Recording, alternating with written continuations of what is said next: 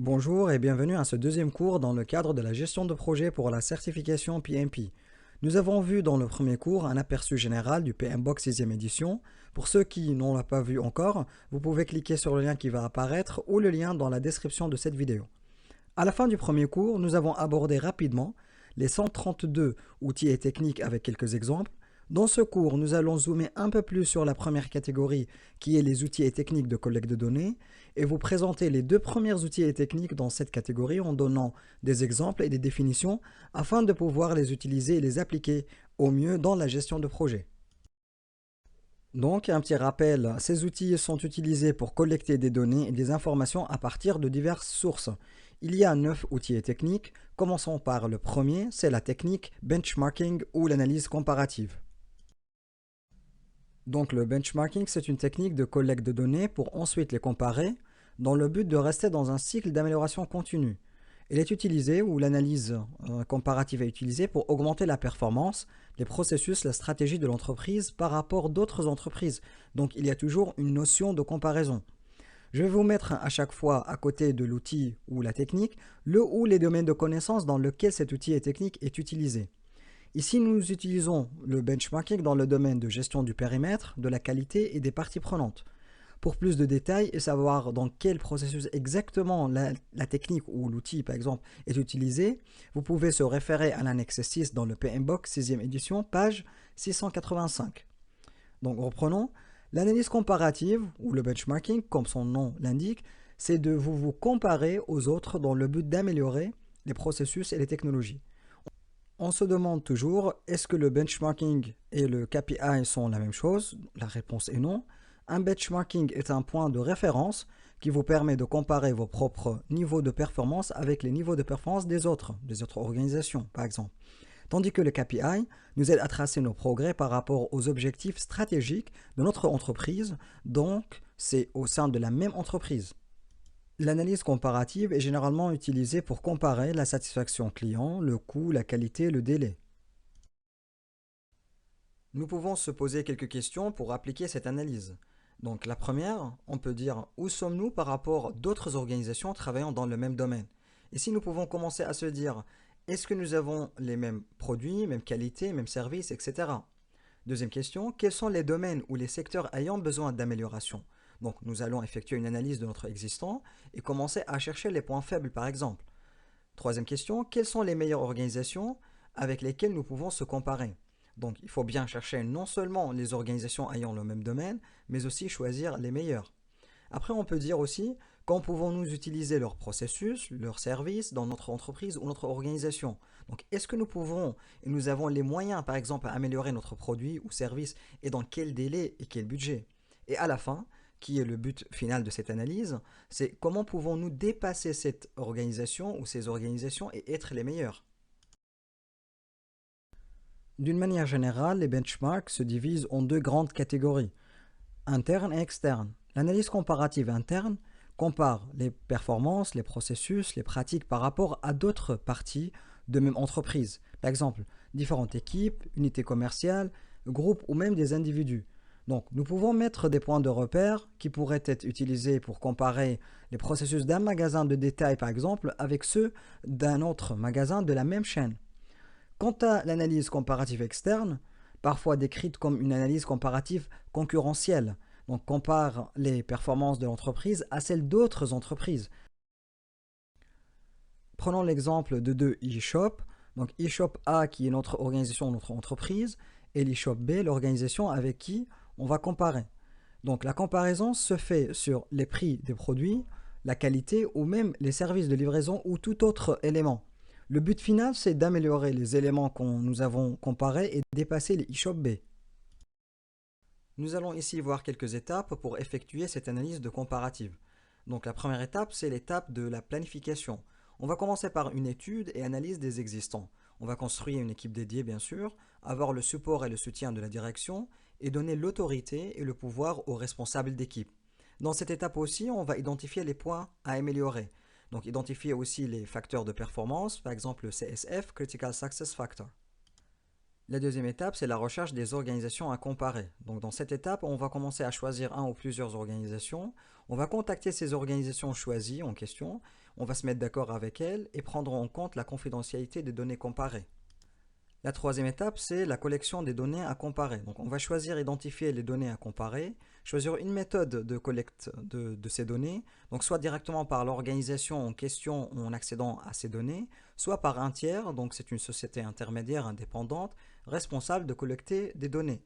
On va poser aussi des questions. Est-ce qu'il y a un écart ou gap entre les deux organisations, le volume de cet écart, le degré de la différence entre les deux organisations, et qu'est-ce qui est prévu pour s'améliorer?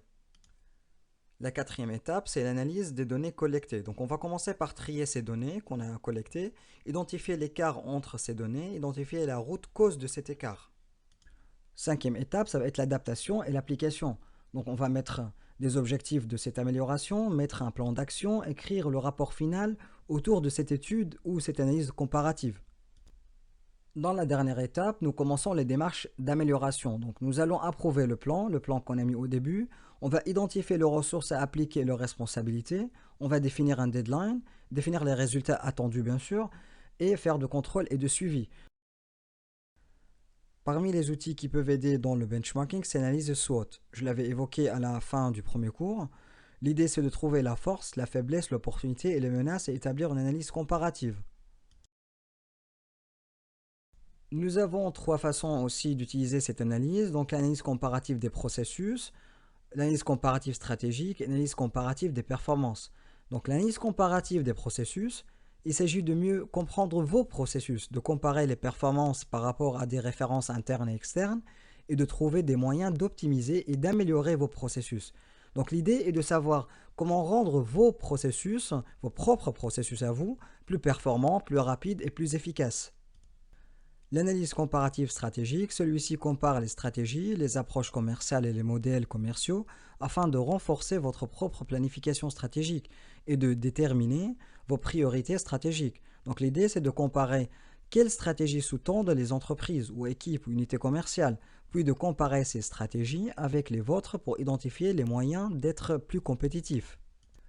La dernière analyse, c'est l'analyse comparative des performances. Cela implique de collecter des informations sur vos performances en termes de résultats, ce qui peut signifier n'importe lequel, de la croissance des revenus à la satisfaction des clients, et de comparer ces résultats en interne et en externe. Cela peut également faire référence à l'analyse comparative des performances fonctionnelles, telles que l'analyse comparative des performances de l'équipe RH, à l'aide des mesures comme par exemple le NPS, le Net Promoter Score, ou l'indicateur de l'expérience client, ou on peut l'appeler aussi satisfaction client. Tant qu'on a abordé le NPS, donc c'est le Net Promoter Score, je vous donne sa définition rapidement. Ce calcul est utilisé pour identifier par exemple les clients promoteurs qui sont prêts à recommander votre entreprise, vos produits, vos services par rapport à des clients détracteurs, susceptibles de parler négativement de votre entreprise ou produit ou service. Donc un score positif signifie que vos clients sont promoteurs et un score négatif signifie que vos clients sont détracteurs. Donc comment utiliser le NPS? Sur une échelle de 5 à 10, quelle est la probabilité que vous recommandiez un service, un produit, une qualité à vos amis, votre famille ou à vos associés? Les clients qui vous donnent un 6 ou moins sont appelés détracteurs. Ceux qui donnent un score de 7 ou 8 sont appelés passifs. Et ceux qui donnent un score de 9 ou 10 sont des promoteurs. Donc pour calculer votre Net Promoter Score, soustrayez le pourcentage de détracteurs au pourcentage de promoteurs. Prenons un exemple sur Excel. Les promoteurs sont comptés en additionnant le nombre de réponses 9 et 10. Donc, mettons des chiffres aléatoires. Par exemple, 6 personnes ont donné le score de 10 et 4 le score de 9. 2 personnes pour le score de 8 et 5 personnes pour le score de 7. Donc, on a dit le score de 7 et 8 sont des passifs. On continue. Supposons que 7 personnes sont pour le score de 6, 2 pour le score de 5, 3 pour le score de 4, 2 personnes pour le score de 3. On met 0, 2, 0 pour, par exemple, le score de 2 et 1. Et le dernier a donné 4 pour le score de 0. Le pourcentage de promoteurs est ensuite calculé en divisant le nombre de promoteurs par le nombre total des réponses. Notre ensemble de données nous amène à 10 divisé par 35. Donc on a additionné le 6 plus 4, ça fait 10. On le divise par le nombre total des répondants qui est le 35. Du coup, ça fera 0,28 et quelques, disons 0,29. Pour avoir le pourcentage, on le multiplie par 100. Du coup, le premier résultat est 29% pour les promoteurs.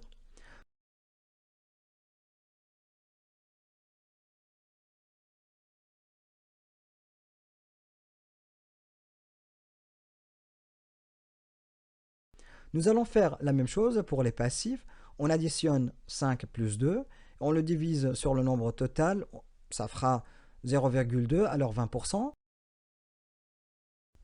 Le même processus est répété pour les détracteurs en divisant le nombre de détracteurs par le nombre total de réponses. Pour nous, c'est 18 divisé par 35, donc ça fera 0,51 ou 51%. Nous pouvons visualiser les résultats avec une forme graphique.